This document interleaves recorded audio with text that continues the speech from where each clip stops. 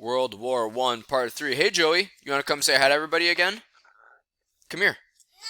Okay, you probably heard that. That was a hard no. All right, fighting the war. Honestly, we're not going to look at this very much. All right, it's like this terrible trench warfare. Not a lot happens, and it's like some naval stuff. And the American forces are called the American Expeditionary Force, led by General John Pershing. There he is. They called these soldiers doughboys because they were soft like fresh dough because they hadn't fought. About 1 million of them get to Europe, and it's like, oh no, the Americans are here. There's a lot of people. I don't know if we can win. Let's just have a peace treaty. Okay? So the Americans don't do a lot of actual fighting. It's just like a threat. Oh, hold on. Just say it again. Say it now. Okay, Joy was trying to say hey girls, but he also shoved a giant handful of oatmeal into his mouth while he did that. Now he's jumping up and doing like star jacks, like a jumping jack where like you do a star, which is probably really safe when you have a mouthful of oatmeal, right buddy? Yeah. Okay. So the Americans show up and everyone's just scared, and then yay, war is over. Okay. Last German offensive in 1918. Anything else we need to hit here? Nope. Okay. Because the AP never really focuses on stuff from the war. Okay. Now, Treaty of Versailles. This is actually kind of a big deal. All right. George Clemenceau, he's the French guy.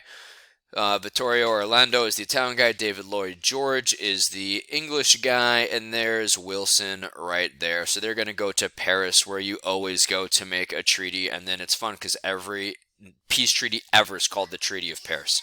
So stupid. Okay. So Wilson gets there.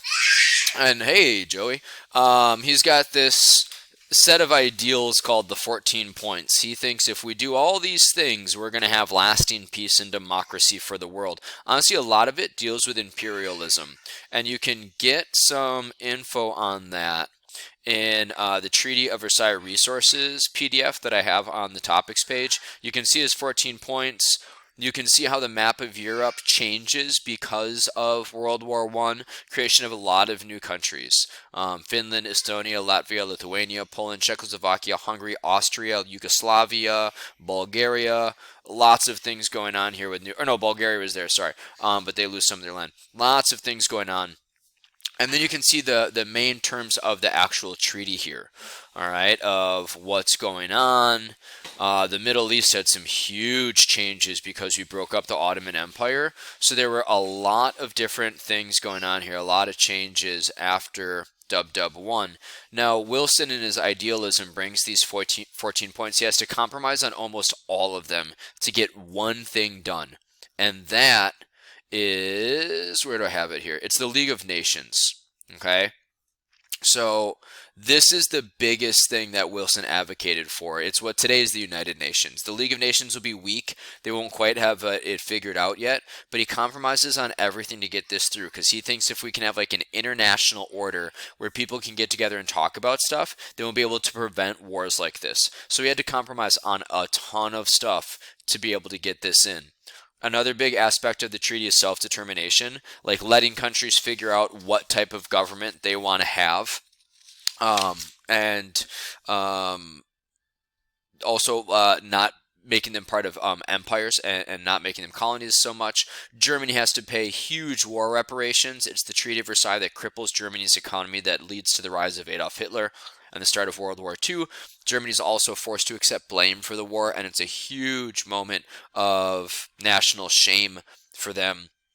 They also have to accept occupation of a strip between France and Germany called the Rhineland for 15 years. So the treaty itself, very bad for Germany, good for small countries like Estonia, Latvia, Lithuania, Finland, Poland, Czechoslovakia, Yugoslavia, because they have self-determination. And now we have the League of Nations. All right, so the big four, England, France, Italy, the United States, primarily get this done, and then we force the Germans to sign it because they lost. Now, bringing this treaty back home is a huge uphill battle for Wilson, especially in the Senate. So Wilson was very happy with the treaty because it got the League of Nations in there. But the Senate doesn't like the League of Nations. They have some serious objections to it. They argue that membership in the League of Nations will interfere with U.S. sovereignty, American independence, still a common critique against the United Nations today.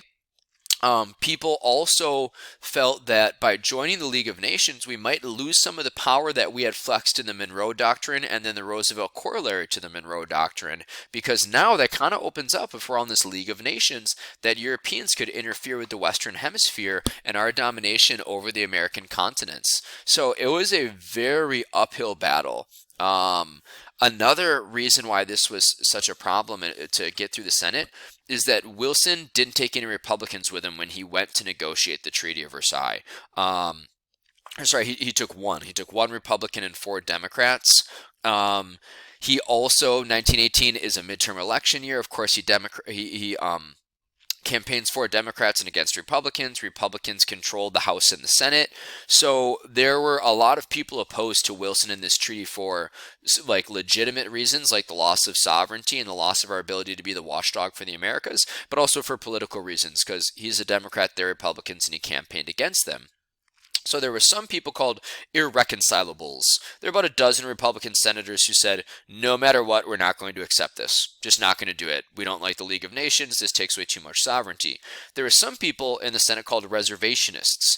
They said, we can accept the League of Nations as long as we make some changes to it that protect and guarantee U.S. sovereignty. They were the majority. All right, but Wilson thought the treaty was perfect. Remember when we talked about Wilson at the start of the progressive era and him as a president? He's rigid, he's inflexible, he's a Harvard man, and he wants you to know he went to Harvard. He thinks he's the smartest guy in the room. He's an idealist, but to a fault. Here's the problem with that, right? He says, we don't need to change anything. The League of Nations is perfect. I created it. How could anything I did be bad? The treaty is as good as we're going to get it. So no, we're not going to make any changes. Switch to a sparkling water now instead of just water with a lemon. Keeping it, a little variety in my waters here over on Imperial Drive. So the reservationists say we can fix stuff, but Wilson says, no, we're not going to do that. And he actually went on a campaign. He went on a tour. He hit the road on a train to tour to personally campaign and rally public support for the document and for the Treaty of Versailles and for the League of Nations. Now, unfortunately, in September of 1919, Wilson collapsed while giving a speech in Colorado. And then a couple days later, he suffered a massive stroke from which he never fully recovered.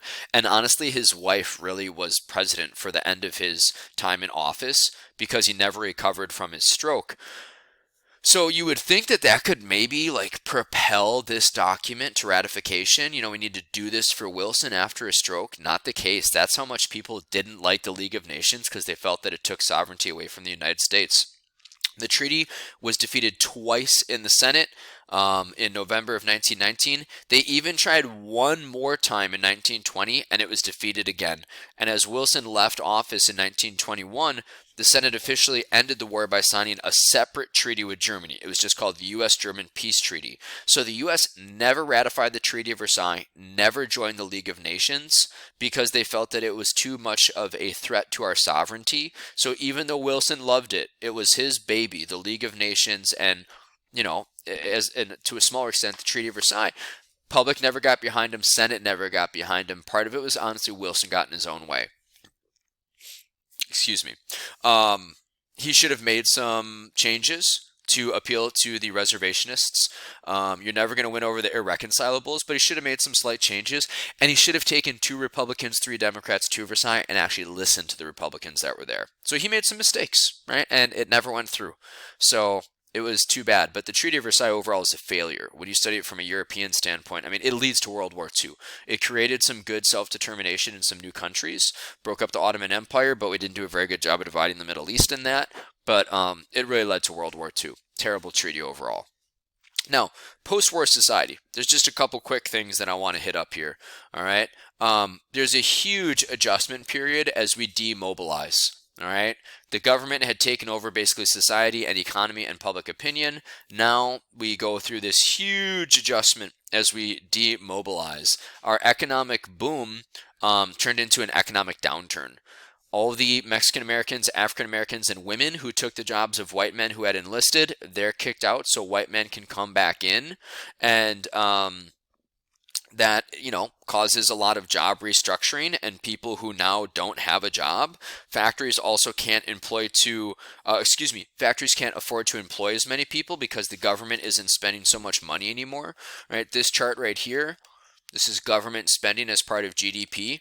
You can see at its highest points, it's during the wars, right? So this first section right here, all right, with the red lines that I put on there, there's World War I. We could see, look at that rise in government spending. Government spending was 11% of GDP going into the war. It spikes almost up to 50% during the war. And then we crash back down, right, to around 20%. So all of a sudden you're losing 24% of GDP. That's going to cause a lot of layoffs. That's going to cause some economic problems. And you can see World War II, look at that, got up over 60% of GDP was government spending. All right, so whenever you stop spending all that money, that's going to cause people to lose jobs, right? And people are already going to lose jobs as we kind of restructured back into a demobilized society. And now we're also not feeding Europe, right? No one's fighting in Europe, so they're not buying all of our stuff and all of our food. So we saw a little economic depression after World War I, which is relatively common. So there's some economic problems. There are also problems with the fear of communism. Now that the Bolshevik Revolution has started in Russia, the fear of communism and the Bolsheviks replaces the fear of the Germans and the Huns. And then this fear also, oh, there's the Bolsheviks for it, there's the spelling, turns into this fear of communism and socialism in the United States, right? The Socialist Party was already big. The Socialist Party is where the Bolsheviks get their start and where the communists really get going off the work of Karl Marx. So this is a new fear in the United States. And with all the labor unrest that we have, it seems like we could move towards this. And communism and democracy are opposites.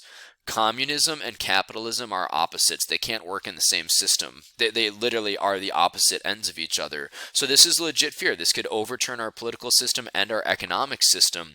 And we saw this red scare, this red fear, the fear of communism, Bolshevikism, play out in the Palmer raids. Palmer is the Attorney General of the United States. Basically, he thought that there was going to be this massive uprise of socialism and communism in the United States. So he raided all these different socialist headquarters around the United States, and he drummed up a lot of fear. He said, like, May Day is going to be, that's just an office overturned. He said there's going to be like this huge Bolshevik uprising when was it? On May Day of 1920. It never really happened.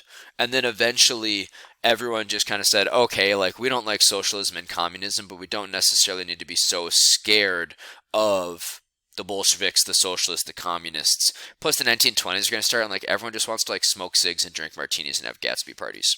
Lots of conflicts with labor. And this just goes along with the conflict with socialism and the fear of the Bolsheviks and the communists. So there's some tension in society. All right. There was also a lot of racial tension, and we saw a lot of race riots after World War I. There was a huge migration of people moving out of the South during the war to get jobs, and that led to tension because all of a sudden people come back from the war and their neighborhoods look different. Right, this happened in Milwaukee. It happened pretty close to us. St. Louis had a terrible race riot in 1917. We don't even have good numbers. Probably around 200 African Americans were killed. It started with some labor tension, and then a fight broke out at a July 1st party. And then before you know it, like an entire black neighborhood was set on fire. Over 6,000 people are homeless. Around 200 people are dead. And it's this massive race riot in St. Louis. Chicago, there was a bad one in 1919. It was probably the worst of all these riots was the Chicago race riot that started because of swimming areas. The beaches used to be segregated, where it wasn't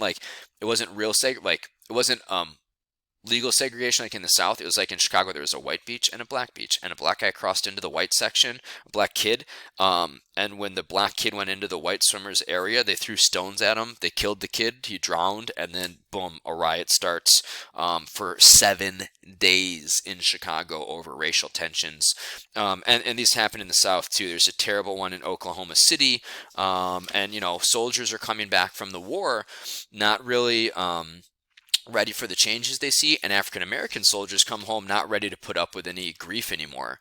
So there's a lot of tensions underlying in society, but eventually the economy is going to go into this huge boom, and everyone's just going to kind of let the tensions fade away. So World War I, huge increase in government power, huge migration and changes in American society, and a new place for the United States on the global scene. We're now more powerful than ever after imperialism and our successful efforts in World War I, but now we're going to introvert, isolate, and focus on the economy in the 20s.